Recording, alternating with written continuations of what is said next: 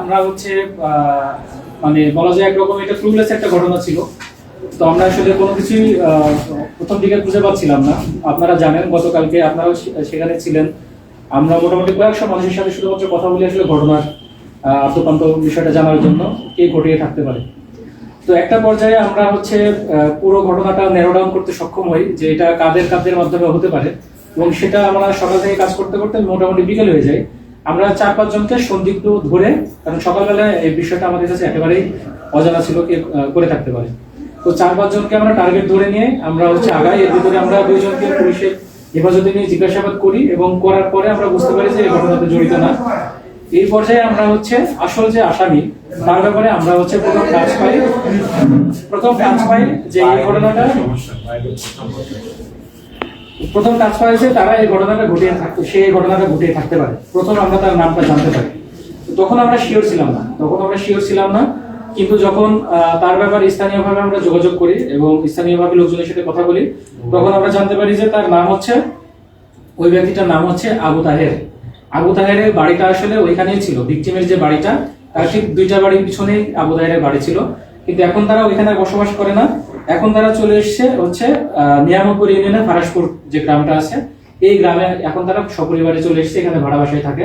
তাদের নিজস্ব যে স্থায়ী বাসাটা ছিল তার একটা বেশ কয়েক মাস আগেই তারা ওইখান থেকে চলে আসে, ওই বাড়িটা ফাঁকা করে থাকে। এই যে আমাদের আবু তাহের হচ্ছে পেশায় একজন হচ্ছে cigarette company distributor, cigarette distribute করে।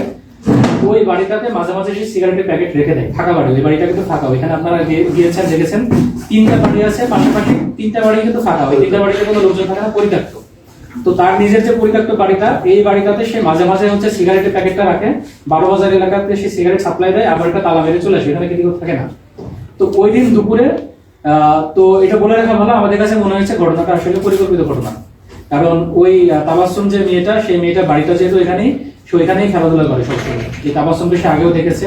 তো আমরা যখন বাড়িতে কথা বলি তখন ভিকটিমের মা এবং বাবা বলে যে এর আগেও এই মেয়েটা হচ্ছে তাবাসসুম যে বাড়িতে কোনো সময় চিপসের প্যাকেট, কোনো সময় জুসের বোতল এগুলো নিয়ে আসে। তো ওরা প্রথমে খোঁজ করার চেষ্টা করেছিল এটা আসলে কারা। আমরা আসলে প্রথম দিকে আমরা জানতে পারিনি এই কাজটা কে করতো। মানে একটা বাচ্চাকে একটা চিপসের প্যাকেট দিয়ে, একটা জুসের বোতল দিয়ে, এটা কেউ তো দিচ্ছে, কিন্তু আমরা এটা জানতাম না, তারাও এটা জানতো না, ফ্যামিলির লোকজনও জানতো না। আমরা এটা পরবর্তীতে আসলে অনেক এখানে আশেপাশে যতগুলো দোকান আছে সবাইকে জিজ্ঞেস করে কেউ বলতে পারে না। তো পরবর্তীতে আমরা তারপরে হচ্ছে যখন লেগে থাকলাম, তখন ওই বাজারের ভিতরে একটা দোকানে একজন বললো যে ওই অমুক দিন সে হচ্ছে এখান থেকে জুস কিনে নিয়ে গিয়েছিল, অমুক ব্যক্তির কথা বলে, এবং সে হচ্ছে মাঝে মাঝে এখানে আসে। যেহেতু আমরা অলরেডি ন্যারো ডাউন করে ফেলেছি, 5-6 জনের নাম আমরা পেয়ে গেছি, তো এই 5-6 জনের নামের ভিতরে ওর নামটা সে বলে আর কি। তো আমাদের সন্দেহ আরো ঘনীভূত হয়। তো আমরা দুপুর পরে পরবর্তীতে আমরা আমাদের টিম ফারাসপুর গ্রামে তার বাড়িতে হচ্ছে তার খোঁজে আমরা যাই। যাওয়ার পরে সে ইতিমধ্যেই ওই দিন সকালে, মানে গতকালকে সকালেই 26 তারিখ সকালেই সে কিন্তু কুষ্টিয়াতে পালিয়ে গিয়েছিল। এই খবরটা আমাদের কাছে ছিল না। কুষ্টিয়াতে তার আপন ভাই কুষ্টিয়াতে চাকরি করে। তো আমরা তার বাড়িতে জানার পরে আমরা জানতে পারলাম যে কুষ্টিয়াতে সে অলরেডি পলাতক হয়ে গেছে। তো সাথে সাথে আমরা জানার পরে আমরা কুষ্টিয়াতে আছে জেনে, যদিও আমরা শিওর ছিলাম তার ভাইয়ের বাসায় আছে কিনা, তো আমরা এটা জেনে আমাদের টিম হচ্ছে কুষ্টিয়াতে রওনা দেয়।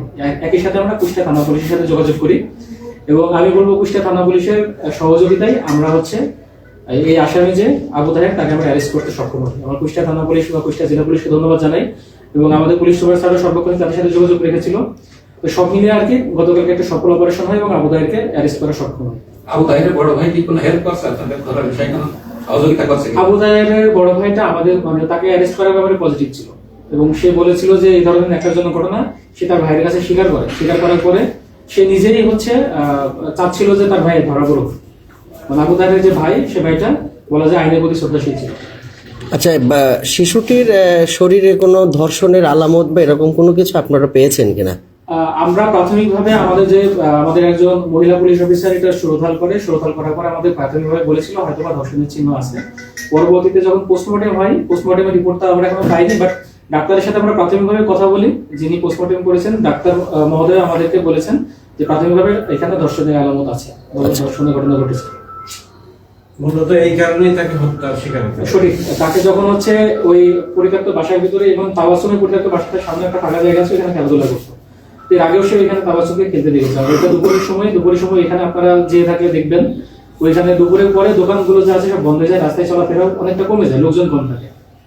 তো ওই তাবাসসুমকে সে ডেকে নিয়ে নিজের ফাঁকা বাড়িতে নিয়ে যায়। যাওয়ার পরে যখন সে ধর্ষণের চেষ্টা করে, মেয়েটা স্বাভাবিকভাবে অনেক চিৎকার দেয় এবং এই জন্য তখন সে ওই তাবাসসুমকে অনেক মারপিট করে এবং একটা পর্যায়ে সে তার বয়সের মতো সে ভয় পেয়ে যায়। তার মুখের উপরে একটা লুঙ্গি ছিল, তার ওইখানে বাসার যদি সে থাকে না, ওইখানে চেয়ার আছে, লুঙ্গি আছে, একটা লুঙ্গি ছিল। সেই লুঙ্গিটা সে ওই ভিকটিমের মুখে চাপা দিয়ে অনেকক্ষণ ধরে থাকে, ভিকটিম এখানে মারা যায়, তাবাসসুম মেয়েটা মারা যায়। তো আমরা আসলে আপনাদেরকে দেখেছি আরেকটা কারণে, এই যে লুঙ্গিটা দিয়ে তার মুখে চাপা দিয়ে রাখছিল, এই লুঙ্গিটা সে এই ফারাসপুর গ্রামের একটা পাশে সে ওইখানে ফেলে দিয়েছিল। আমরা এই লুঙ্গিটা তার দেখানোর মতো জায়গাতে আমরা ঠিক এখন আইডেন্টিফাই করতে পারিনি, তাকে সাথে করে নিয়ে যাব। আমরা লুঙ্গিটা উদ্ধার করতে চাই এবং এই তাবাসসুমের স্যান্ডেলটাও সে নিয়ে এসে ফেলে রেখেছিল ওই ফারাসপুর গ্রামের ওইখানেই। আমরা স্যান্ডেলটা উদ্ধার করতে যাবো তার দেখানোর মতো জায়গাতেই। আচ্ছা, আসামি কি স্বীকার করেছে প্রাথমিক জিজ্ঞাসাবাদে আপনাদের কাছে যে সে ধর্ষণে যুক্ত কেনা এরকম? হ্যাঁ সঠিক, সে প্রাথমিকভাবে আমাদের কাছে স্বীকার করেছে সে ধর্ষণের চেষ্টা করেছে। এতটুকু সে বলে, ধর্ষণ করেছে এতটুকু সে বলে না, সে আমাদের কাছে বলে যে ধর্ষণের চেষ্টা করেছে, কিন্তু ধর্ষণের আলামত সেখানে পাওয়া গেছে। মামলা কি আমরা